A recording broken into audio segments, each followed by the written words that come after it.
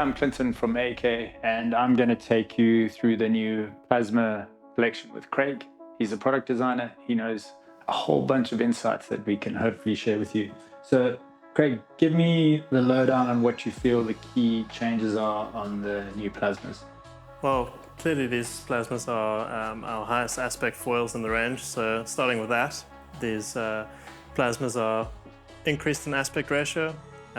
We've also looked at how we can really optimize the connection between the fuselage and the front wing, and we've done this through our blended fuselage connection.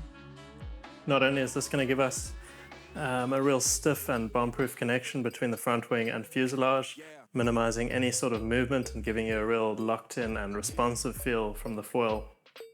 The hydrodynamics alone from this connection are going to give you absolutely improved pump and glide efficiency, and that's essentially what these plasmas are really aimed at, is giving you ultimate pump and glide.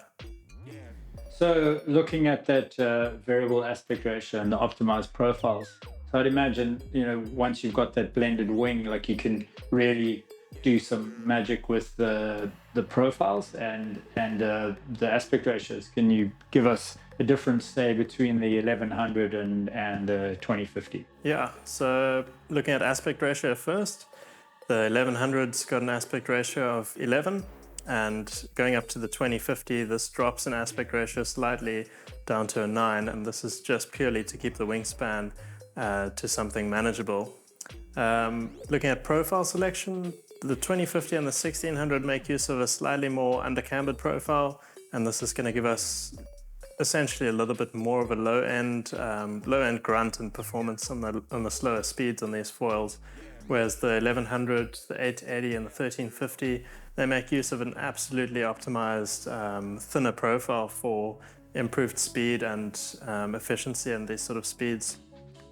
So looking at the 1100 compared to the 1030 in the tracer, how much finer is the profile on the 1100 plasma? Yeah, so to put it into perspective, the tracer itself actually has quite a fine profile already, and in the plasmas we've brought this down even further and brought this to maybe about 20% thinner if you're comparing the 1100 to the 1030 tracer. Oh, that's quite significant. And I guess also looking at the position of the mast, so we move that back.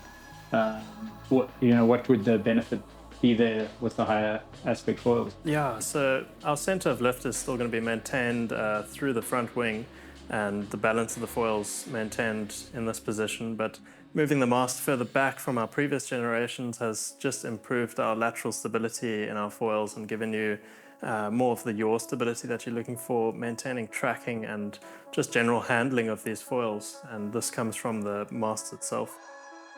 So yeah, I think moving on to the fuselages then, with all of these changes, what have we done fuselage-wise in terms of length? So fuselages, we've got these really nice fuselage extensions which plug into the back of all the front wings, and it ships standard with a mid-length 31.5 centimeter fuselage.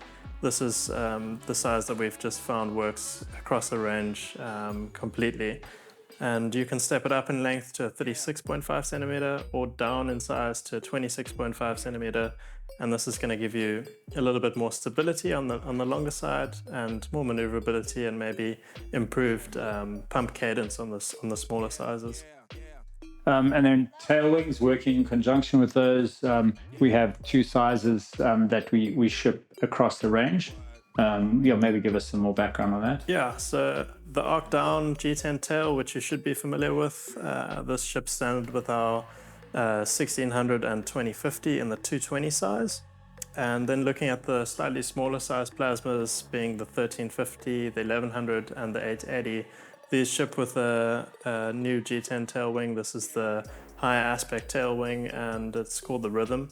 This is going to give you just kind of optimized glide and pump efficiency. We've optimized the profile on these two, as well as just looking at the shape of the tail, how we can keep that maneuverability and maintain an exceptional glide.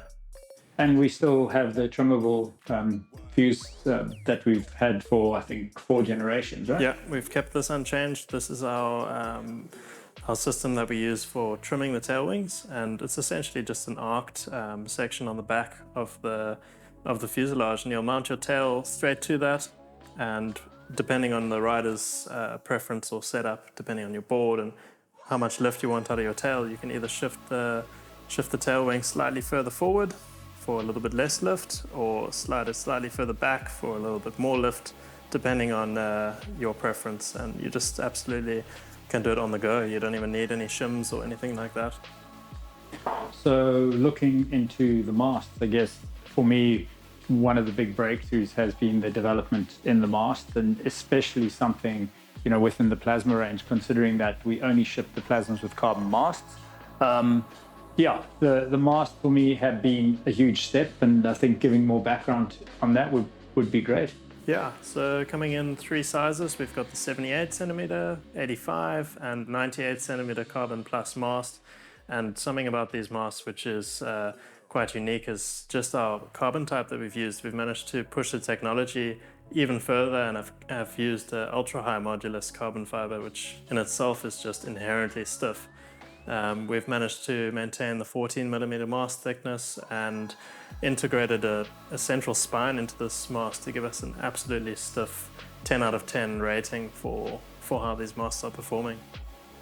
And I would say with the super high aspect foils, you really need that stiffness, right? You have a lot of torsional load on the connection, and we're really getting that with the updated mast. I think that's a significant point. Yeah. I think that would be it from our side. So that is the new plasma. If there's any questions, please pop them in the comments or get in touch with us.